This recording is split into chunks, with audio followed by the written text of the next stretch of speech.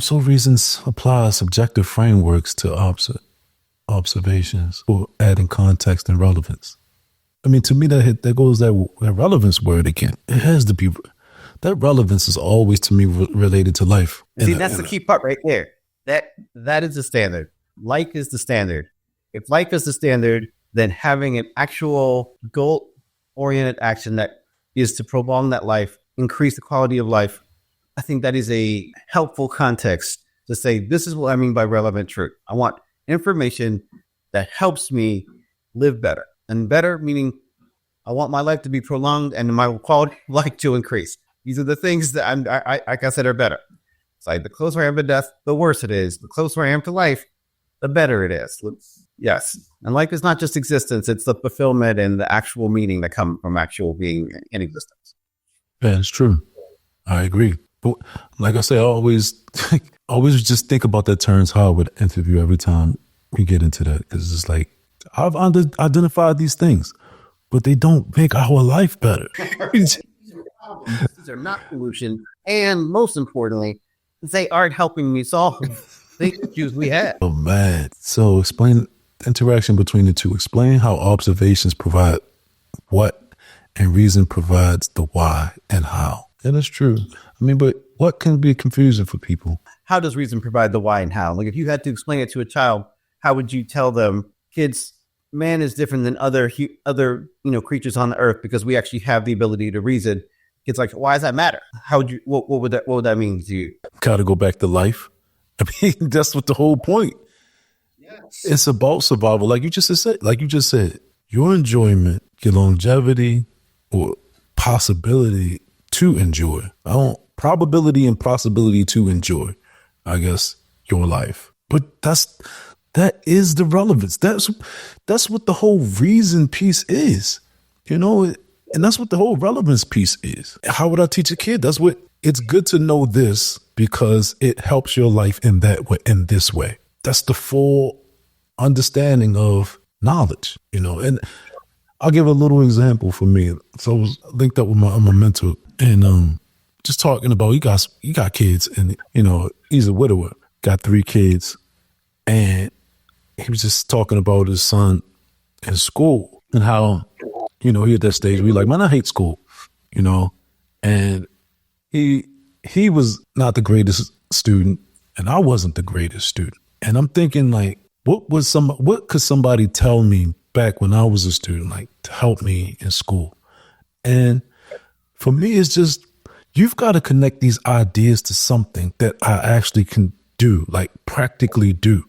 Like, I don't want to this is what I think I lost my interest in school. Like, you're just teaching me concepts and that's cool. But what am I going to do with this thing? If you show me how these concepts lead to an actual result, like to me, this is a flaw in teaching. If you're not doing that, that's not good teaching. That's not a good curriculum. It's not even good teaching because I think that it's probably going to have to come from curriculum. You're not helping me make these ideas and use them in a real way. And so therefore I'm disinterested because I don't see how this actually helps my life. Yeah, exactly. Yes. I mean, that happened. A lot of my education was spent wondering, what are we doing here? Why did no one else find a way to connect any of the things that were talked about today to any part of life at all? It's just like, that's your job. Like, I hear you, and eventually it will be my job. But, in the context of actively teaching this material, you were supposed to take something I didn't know and associate it to what I did. And, I'll broaden it out and associate to more things over time. Mm-hmm. I am the child. I am the one who came here to learn. You can't expect me to make the lesson plan. You're going to need to do some of the work to hear it all. And so I don't know. To me, I thought that was infuriating to go to a history class and have them, ask me how many things I remember from the things they said. And eventually I can train my memory to be a little bit better. And there's nothing wrong with training your memory, but that can't be the only cognitive skill we're building today. Like, I don't know, like there are so many other ways you could have done that. I could have memorized the order of blocks or the order of colors, and I could have memorized the order of pi.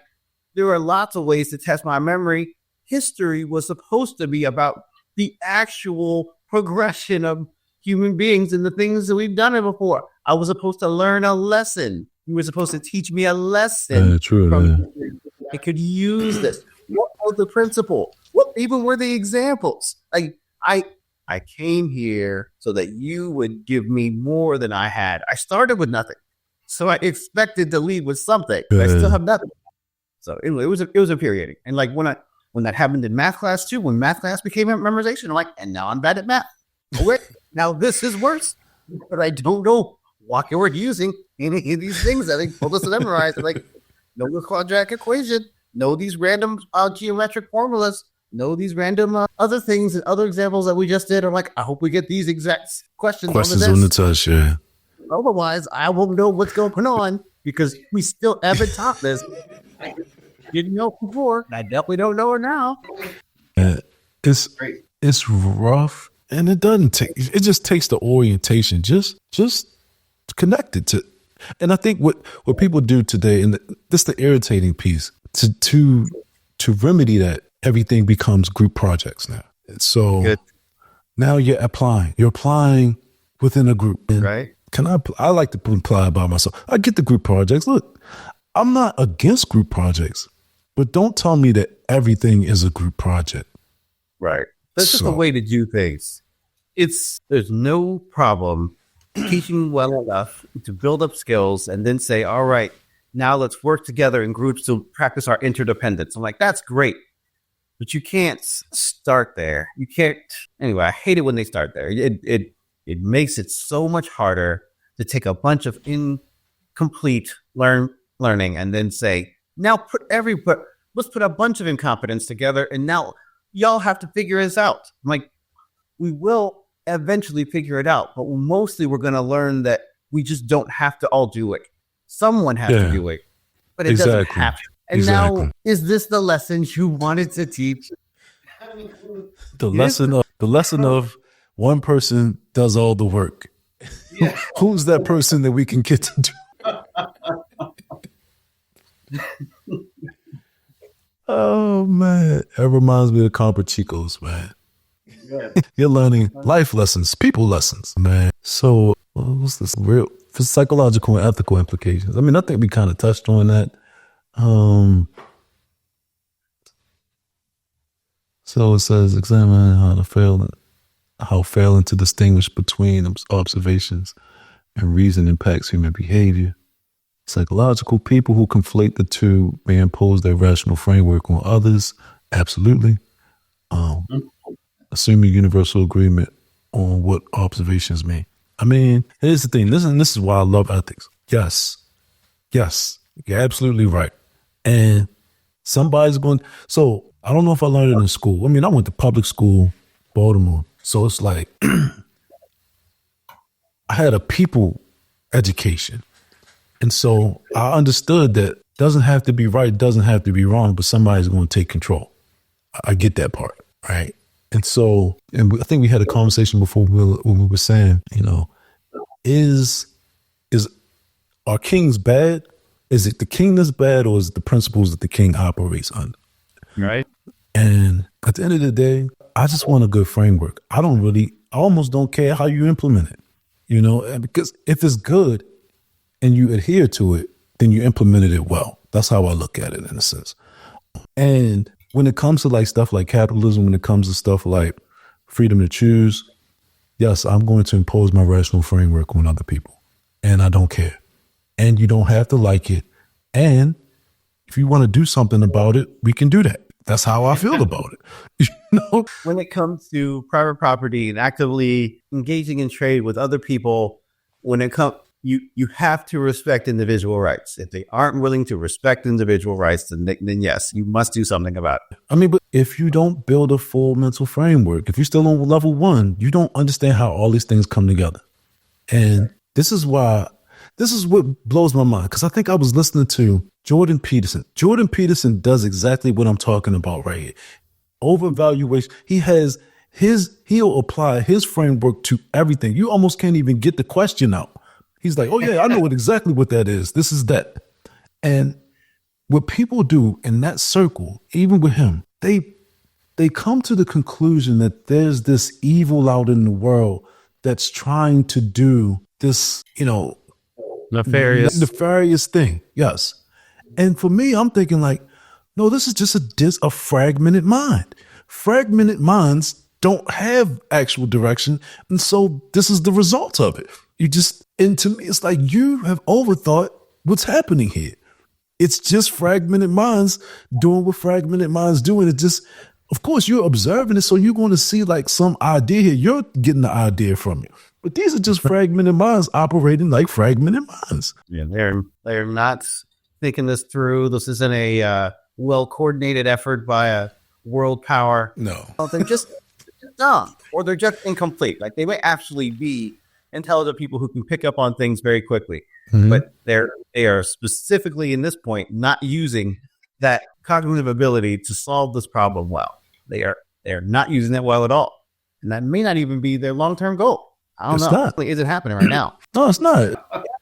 That's why one of the profound things I think we stumbled upon last week is that, or me, I did it within the conversation that we had, is, and I think I want to do a talk about this. Leaders create civilizations. Leaders create civilizations because civilizations doesn't consist of all the people that can handle that type of thing, right? Civilizations are not a group of civilized people that got together.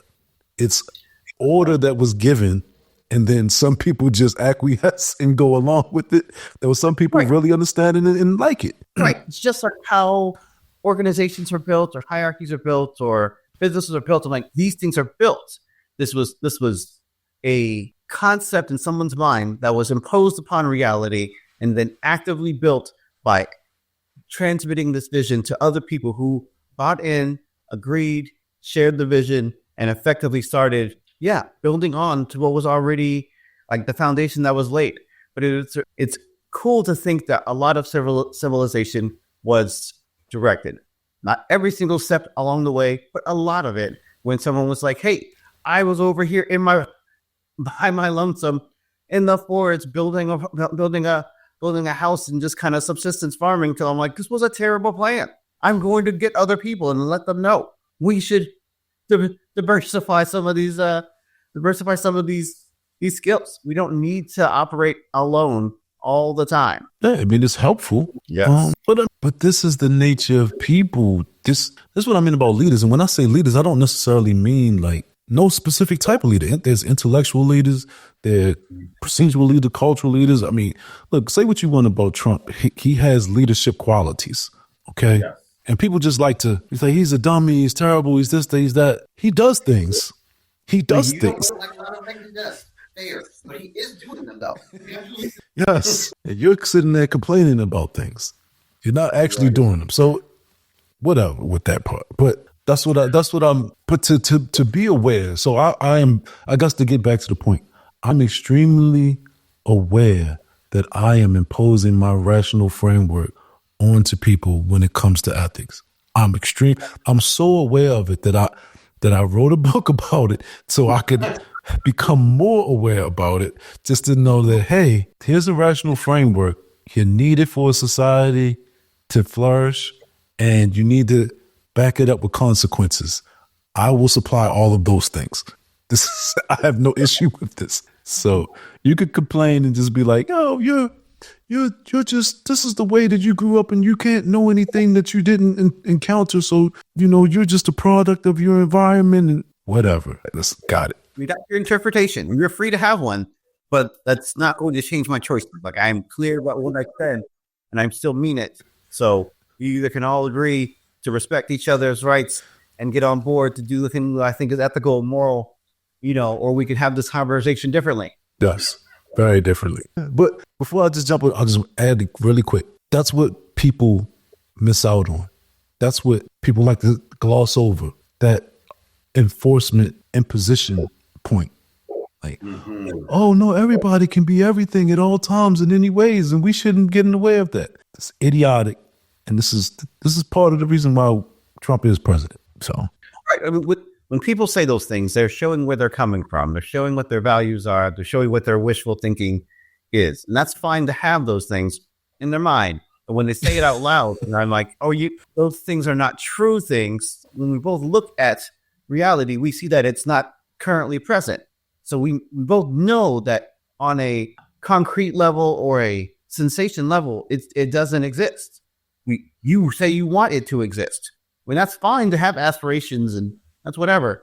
But to assume those things are shared is an overvaluing of this thing. You are projecting your values onto others at this point, and that's an overgeneralization.